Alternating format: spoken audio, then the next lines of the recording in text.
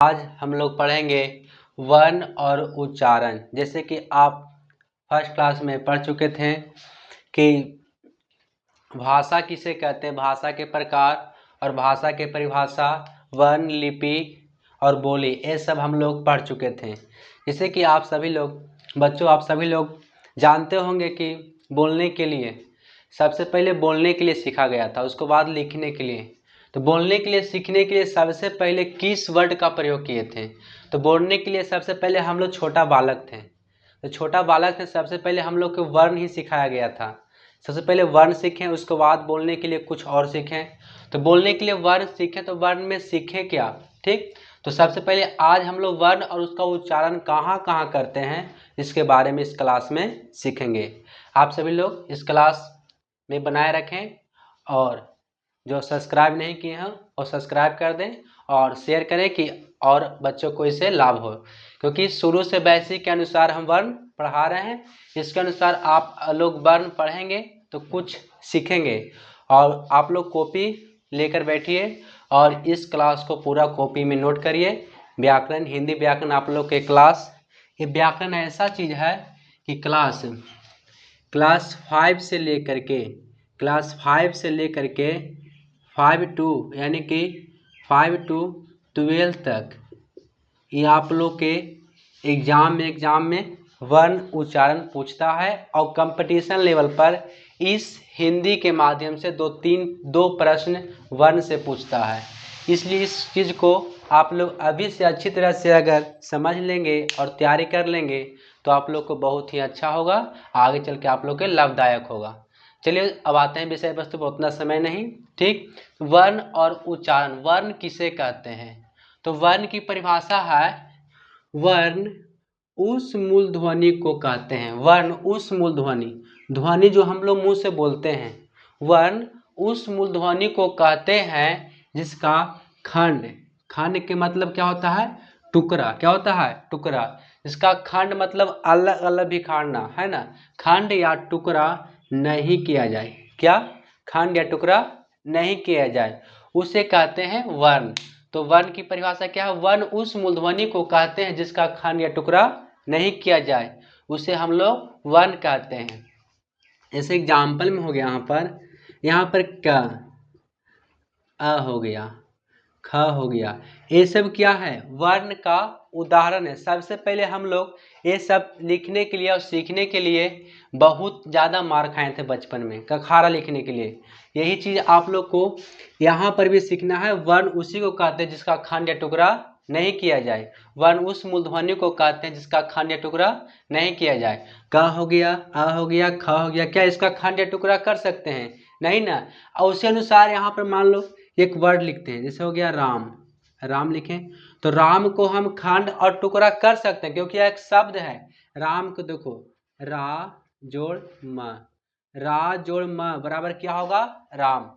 और रा को भी तोड़ेंगे तो र जोड़ आ बराबर क्या होगा? रा। और म को तोड़ेंगे तो म जोड़ आ, क्या होगा? म। तो क्या इसको हम कितने खंड में तोड़ें? तो इसको देखो, इस चीज का ध्वनि 4 ध्वनियों से मेल बना, यानी कि 4 ध्वनियों को मेल से क्या बना? वर्ण।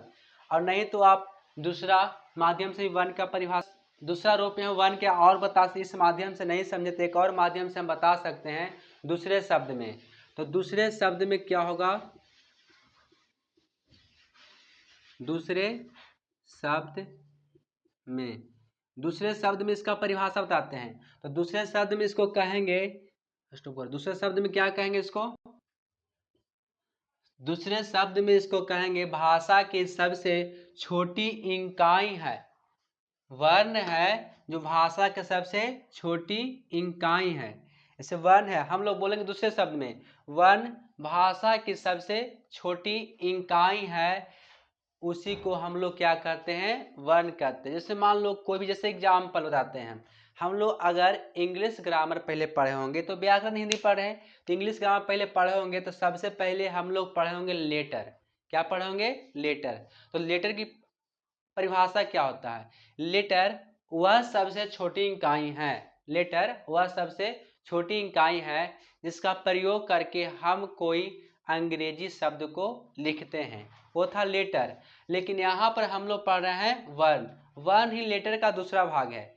वो उसमें होता है कि अंग्रेजी शब्द को लिखना है, इसमें किसी शब्द को लिखने के लिए हम लोग वर्ण का प्रयोग करते हैं। जैसे यहाँ पर देखो राम लिखे, तो राम में भी वर्ण का प्रयोग हुआ कि ना हुआ? तो वर्ण उस मूलध्वनि को कहते हैं जिसका कोई कुछ न कुछ अर्थ हो। यहाँ पर भाषा की सबसे छोटी इकाई वर्ण है, जो भाषा की सबसे छोटी इकाई है। और वर्ण के योग से एक और नियम होगा, वर्ण के योग, वर्ण के योग से शब्द बनता है। वर्ण के योग से क्या बनता है? शब्द बनता है। यहाँ पर जानो, वर्ण के योग से शब्द बनता है। जैसे कैसे? अब कहते हैं कि वर्ण के योग से शब्द बनता है, तो कैसे बनता है? देखो वर्ण के योग, जैसे वर्ण हो गया क। अब देखो क अम्मा, ये देखो दोनों वर्ण है। क अम्मा क्या? दोनों वर्ण है। अब दोनों को हम योग करेंगे, यानी कि इसको हम जोड़ेंगे, तो वर्ण को क अम्मा बराबर क्या होगा? कम। क्या एक शब्द बना? तो वर्ण के योग से क्या बनता है? शब्द बनता है। जितना भी शब्द बना है वो वर्ण के योग से ही बना है। तो समझ में आ गया वर्ण। वर्ण के बाद देखो हिंदी में वर्ण, जैसे वर्ण का अलग अलग भाषा होता है। तो वर्ण की परिभाषा के बाद होता है वर्णमाला। तो वर्णमाला है क्या? तो वर्णमाला की परिभाषा होगा, वर्णों के समूह को वर्णमाला कहते हैं। वर्णों को समूह को क्या कहते हैं? वर्णमाला कहते हैं। तो वर्ण के समूह, वर्ण क्या है? जैसे हो गया क ख ग, बोले थे ना क वर्ग च वर्ग ट वर्ग, ये सब है जो वर्ण है। तो वर्ण बताएं, वर्ण एक ध्वनि है जिसकी वर्ण के योग से हम कोई एक शब्द को लिखते हैं। तो आइए यहाँ पर वर्णमाला के बारे में जानेंगे। वर्ण तो जानेंगे, तो वर्णमाला क्या है?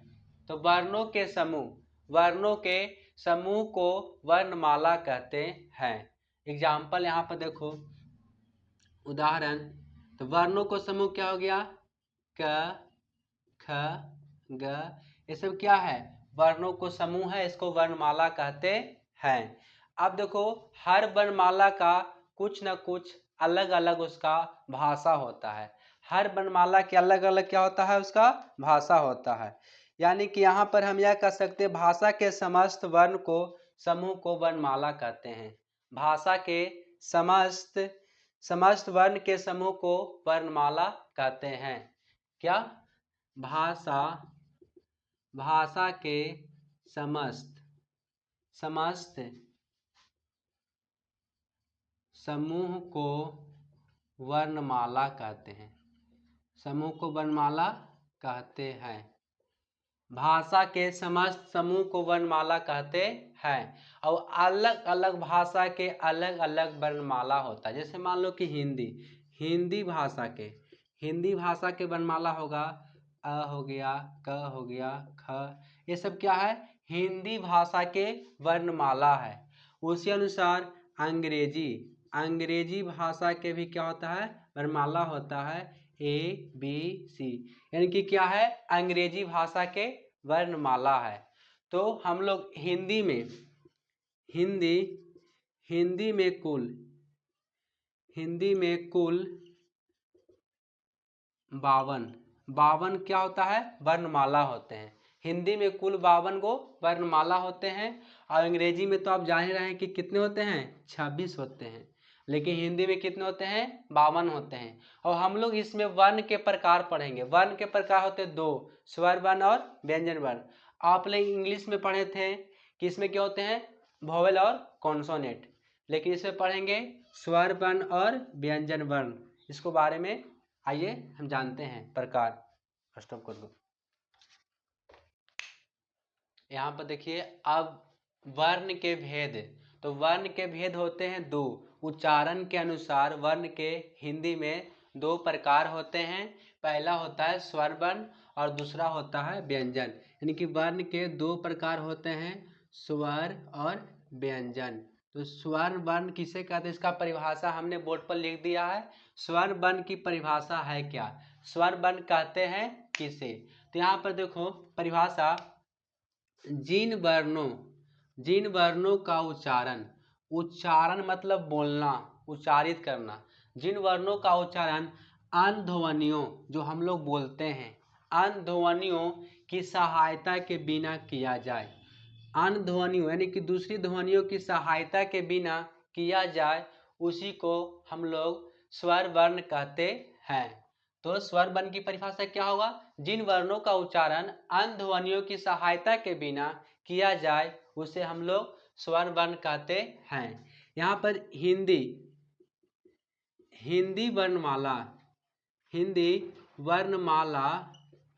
वर्णमाला में कुल कितने स्वर होते हैं? तो 11। ये सब आप लोग को एग्जाम में ऑब्जेक्टिव पूछता है, कुल कितने स्वर होते थे? 11 स्वर होते हैं। ये सब आप लोग को एग्जाम में पूछ सकता है या पूछता भी है कि स्वर वर्ण हिंदी वर्णमाला में कितने होते हैं, यानी कि हिंदी व्याकरण में स्वर वर्णों की संख्या कितनी होती है? 11। तो कौन कौन होती है? तो यहाँ पर देखो उदाहरण में बता देते हैं। उदाहरण कौन कौन होता है? अ, आ, ई, उ, री, ए, ऐ, ओ, औ। गिन लीजिए, 11 हो गया होगा। आ, ई, उ, री, ए, ऐ, ओ, औ। 1 2 3 4 5 6 7 8 9 10 11। तो हिंदी वर्णमाला में कुल यही 11 स्वर होते हैं। तो स्वर वर्ण की परिभाषा क्या हुआ?